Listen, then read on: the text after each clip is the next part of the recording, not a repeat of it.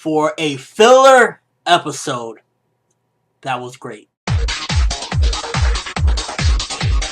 And so, yet again, Danzo, the creep that he is hands down responsible for 99.9% of the shit that went down in the Naruto universe.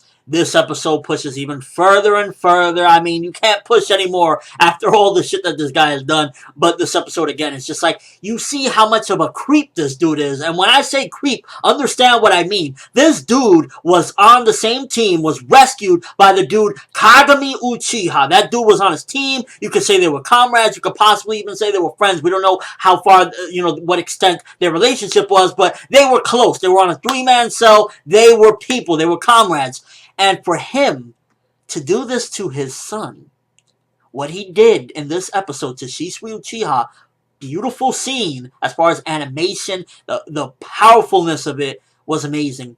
But what he did, Danzo is a fucking scumbag. Danzo Shimura is a piece of shit. Like, that is what a creep truly is. Like, for you to be best friends with somebody and kill their son when all their son is trying to do is find peace and take his eyes and everything. Well, he didn't kill him, but for the most part, he was going for the kill. He was ripping his eyes out, and then he led to him committing suicide.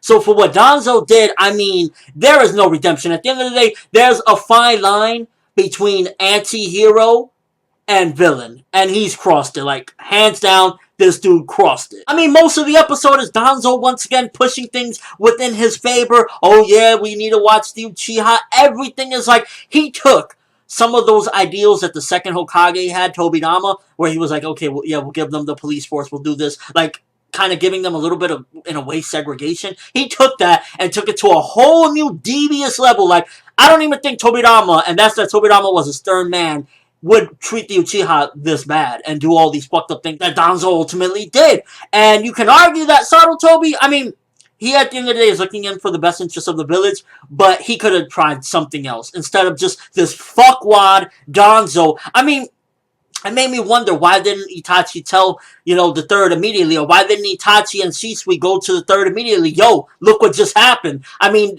you could argue that they would have been suspicious, like, oh, maybe this is just a trick so that we can do something. But at the end of the day, all you gotta do is tell that motherfucker to take off the bandages so you can see the Sharingan in his eye. So there's just, like, so many questions that I have regarding that. Why didn't they do that? Was it just that they were scared that they weren't going to listen? It could have started something else entirely. But at the end of the day, Danzo Shimura is, no, fuck that anti-hero shit. Fuck that, oh, he was doing it for the better of the village. He is a scumbag piece of shit. Nothing he did for the better of the village actually helped out the village. I mean, at the end of the day, the entire Uchiha went down. It sparked even further suspicion. I mean, oh my god, really? And I know this is coming up, this is supposed to be an episode review, and it's coming up more as like a Danzo rant, but fuck Danzo, really? Fuck him right in the fucking Sharingan-filled ass. Now that we got the Danzo rant out the way. Marvelous episode. The animation of the sequence between Shisui and Danzo was just beautiful. I mean, such a tragic and powerful scene, but it looks so amazing, and I really wish they would use this animation for a lot more important stuff, but nonetheless, for a filler episode, they did an amazing job with this one.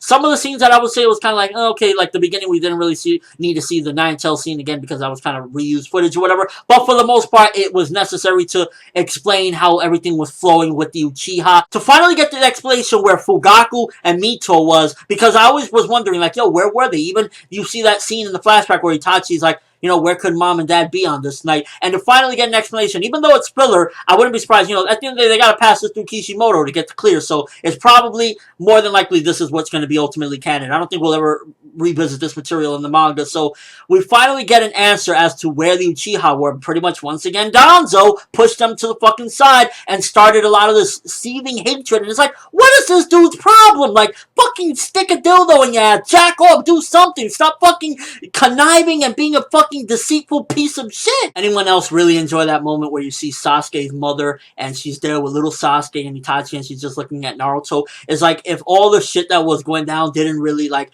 happened, like if this whole problem between the Uchiha and the village wasn't going down, I wouldn't have been surprised if Itachi's mom said, you know what, I was somewhat close with Kushina, that was my friend or something like that, and maybe would have even adopted Naruto, so there's a possibility that went out the window as well due to Danzo. Danzo's not entirely to blame because at the end of the day, Fugaku was being hard-headed, so you gotta look at it in that aspect, like, yeah, Danzo pretty much started everything, kept pushing everything, but the Uchiha weren't innocent either. At the end of the day, they felt segregated, so they were pushing back, so you can argue that both parties have to blame, but it's more so like, out of everything between the village, the elders and everything, it's 99% Danzo, and then split that fucking 1% between everyone else because it was just him pushing forward, and it's like, oh my god. And overall, the way they did everything with the scene with Itachi getting Mangekyo after his friend died right there was just so powerful. The music, everything, like, this was the best episode of this entire filler by far, and like, for a filler episode, this was indeed a 9 out of 10. I am giving it. Animation and some of the sequences was amazing, and it just really felt like it was taking this political stance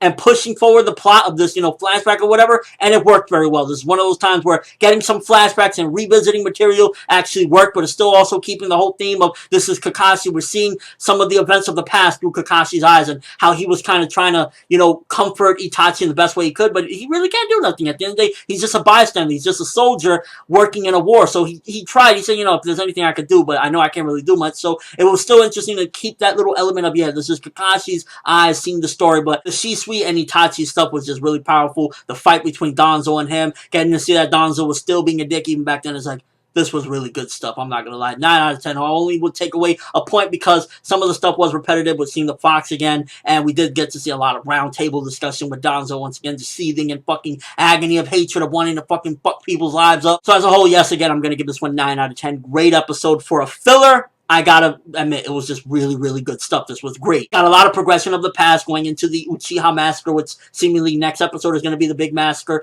And it just overall did it in a very good way. Animation was actually really nice in a lot of parts. So it was just like, they did a lot of good stuff with this flashback filler. And like the Kakashi Anbu filler, it was stagnant for a bit with the Yamato stuff. You bring in Itachi, and he fucking kicks ass and makes the story interesting and everything that he went through. And it's like, not only are you getting things through Kakashi's eyes, but you're also seeing a lot of what Itachi had to go through. So if you look at it in a sense, this is, while it's Kakashi Anbu, right now we're getting a sub-arc, the Itachi Anbu stuff and what Itachi had to go through, and it just felt really, like, painful, and it's like, Itachi was a great shinobi to go through all this and ultimately have to make that decision. Let me know what you guys think. First of all, what do you think regarding that whole Shisui versus Danzo fight? Did you think it was done very well? It was only a small fight, but it looked amazing, and it was really powerful and pushed forward the entire thing of the episode of basically fuck Danzo. And do you think there's a possibility, if there wasn't all this hatred between the village and the Uchiha, that maybe Sasuke's mom, Mito, would have said, you know what, I was close with Kushina, I'm going to adopt her son. And maybe Naruto and Sasuke could have been adopted brothers. And just your overall thoughts of the episode. Personally, I got some of them feels, and I felt as though it was managed in a very proper way for a filler. Great shit. But that's all I have for this review. Thanks for watching. Hope you enjoyed. Thumbs up for Shisui Uchiha. I gained a whole different respect for him with this episode because it's like he was even trying to do something, and he committed suicide basically trying to stop this hatred. And it's unfortunate that 2 young kids couldn't do it. ForneverWorld, and as always, people, have an awesome day.